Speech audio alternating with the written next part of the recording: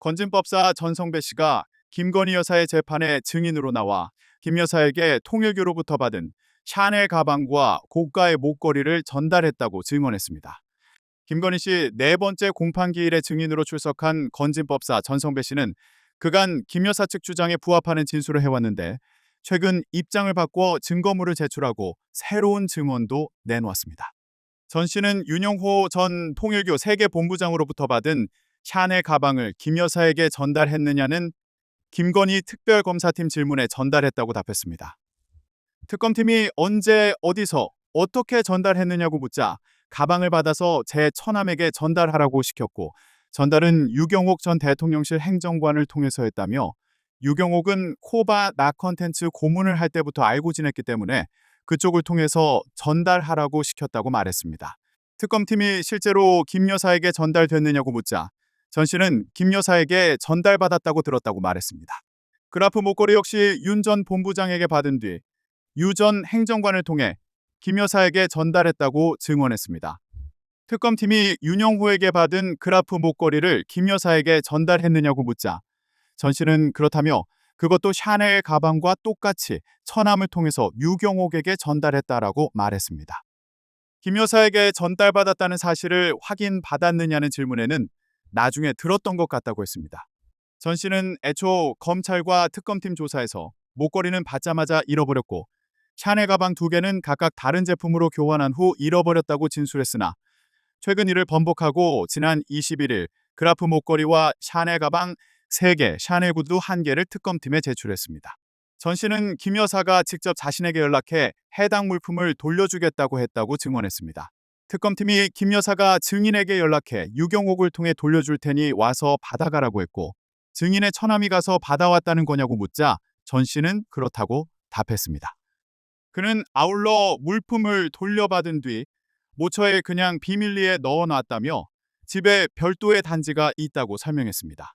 특검팀이 집을 압수수색했는데 물건이 없었다고 하자 거기가 엄청 복잡하다며 총 3개 층인데 집을 다 뒤집기 전에는 못 찾는다고 했습니다. 건진법사 전성배 씨는 통일교 측의 선물을 잃어버렸다는 일관된 주장을 이어왔습니다. 통일교 청탁으로 김 여사한테 목걸이랑 금품 전달한 거 인정하시나요? 하지만 전 씨가 이런 주장을 뒤집은 건 자신의 첫 재판 때부터입니다. 알선수재 혐의에 대해 김건희 씨에게 전달한 것을 인정하면서 이를 돌려받아 보관하고 있었다고 밝힌 겁니다.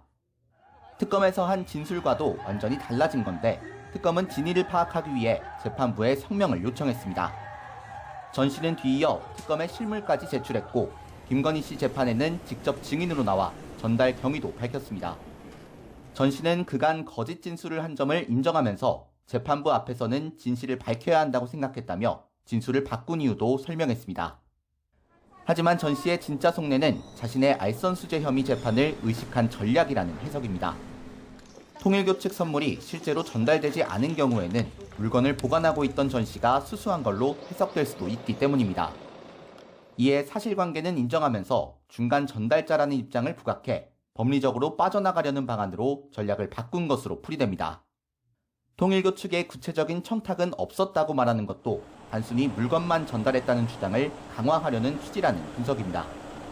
다만 김건희 씨 측은 김 씨에게 전달되지 않은 배달 사고라면서 관련자 진술을 더 들어봐야 한다는 입장입니다.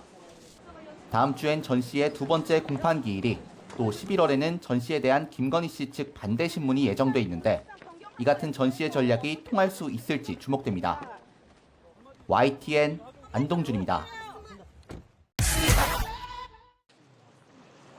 건진법사 전성배 씨가 수사기관에서의 주장을 뒤집고 통일교 선물인 샤넬 가방과 그라프 목걸이를 모두 김건희 씨에게 전달했다고 시인했습니다. 최근 보관만 했다거나 잃어버렸다던 물건들을 돌연 김건희 특검에 제출한 뒤 재판에서도 변한 태도를 이어간 겁니다. 전 씨는 처남을 시켜 최측근인 유경옥 전 대통령실 행정관을 통해 선물을 전달했고 전달 사실은 김 씨에게 직접 들었다고 말했습니다.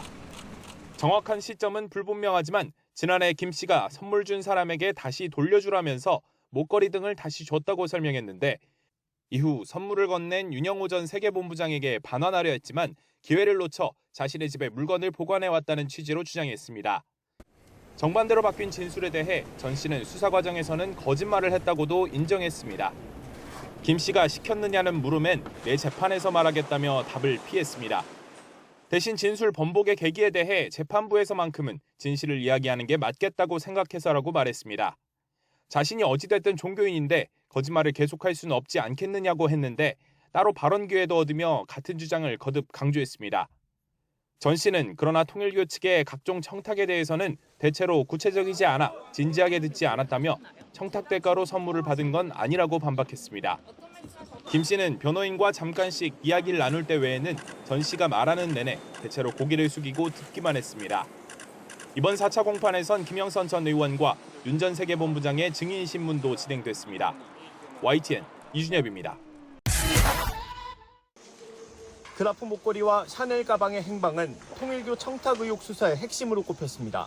중간 전달자로 지목된 건진법사 전성배 씨는 그러나 검찰 수사 단계에서부터 줄곧 통일교에서 받은 금품을 모두 잃어버렸다고 주장했습니다.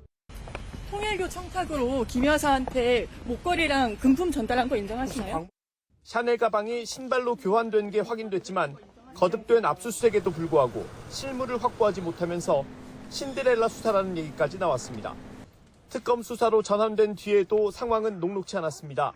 전 씨는 구속심사를 포기하며 일부 심경의 변화를 보이면서도 꾹 닫은 입을 열진 않았습니다. 영장심사 포기하신 이유가 뭡니까? 구속 피할 수 없다고 생각하신 게 뭐예요? 특검은 결국 목걸이와 가방 실물 없이 주변 증거들을 묶어 통일교 청탁 의혹 사건을 법원으로 가져갔습니다.